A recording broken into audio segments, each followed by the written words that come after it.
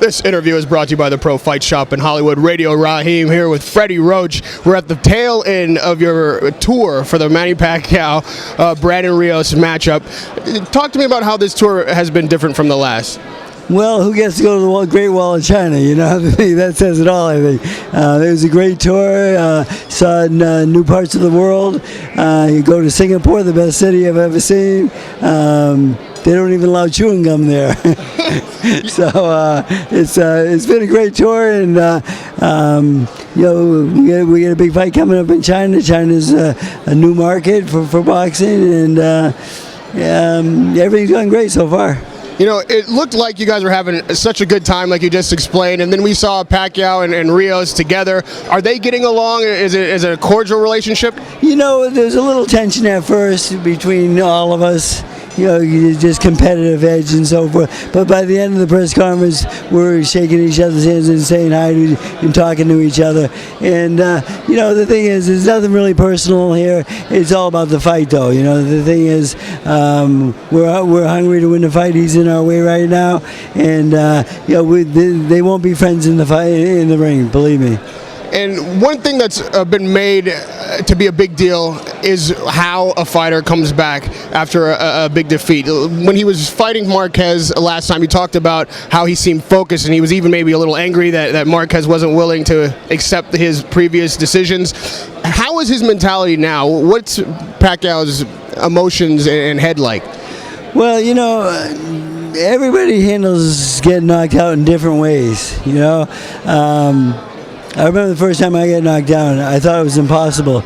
And it actually changed my life because I was never as brave as I once was, because I thought it was impossible to be knocked down. But I found out it can happen to anybody.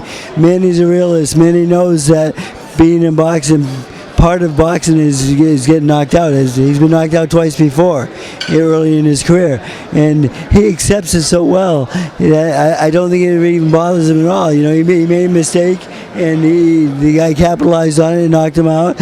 But he doesn't dwell on that. You know, the thing is, his mind frame is great right now. He's hungry to get back in the gym, and you know, we're talking about the strategy of this fight already on the planes and so forth. So I don't think it's really going to affect him at all in the fight, because he knows it's part of the sport, and that's the past. He's looking for the future, you know. So. You know, I'm going to have a 6-week training camp. I'll be in training camp for 6 weeks with Manny. He's going to start a couple weeks before I get there. I wrote a schedule for him of what I want him to do. And see, an 8-week training camp for Manny Pacquiao is really too much, because his work ethic is so high that he burns out a little bit in 8 weeks. 6 weeks is more adaptive. He'll peak right at the right moment, I feel. So, I mean, we've been together a long time.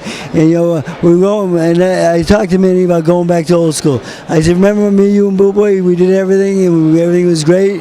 And, you know, you did your own exercises, and you stretch yourself and so forth. I says, well, what's wrong with that? He says, you know what, you're right. Let's get back to the fundamentals and the basics like we used to have. So we have no strength coach this time. No, you know, it's just me, Manny, Boo Boy, and the team getting together and doing our job. There's been, you just said you're going back to the old school, and that makes perfect sense. There's been so much made of this division between you and Ariza now. Is it all to do with just wanting to go back to the basics? Is there anything personal there where you feel like he's a distraction from camp or not helpful?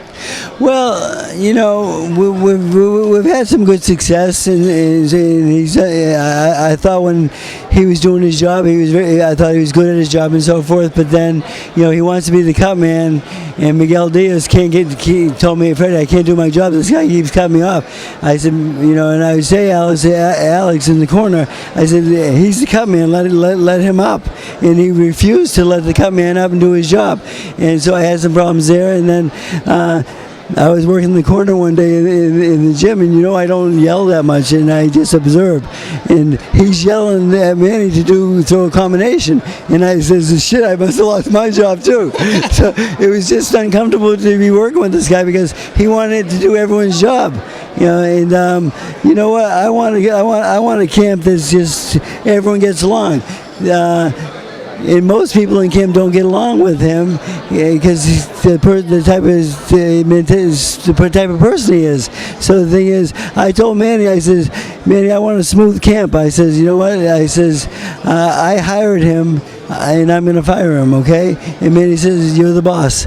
So I just don't want to do any more disruptive stuff going on in camp. We don't need that. All we need is focus and concentration. And lastly, Freddie, you said before this fight was even made that if you saw any signs that Pacquiao was deteriorating or that there was a hangover from the knockout, that you would stop whatever fight was signed.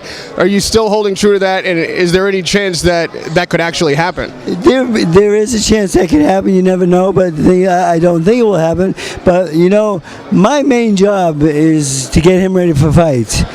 But more importantly, on the human side of it, my job is to protect my fighter, and I protect my fighters no matter who they are very well. And the thing is, if I see him showing signs in training camp that I don't think he should continue, I will tell him, and we have an agreement that when I tell him it's over, it's over.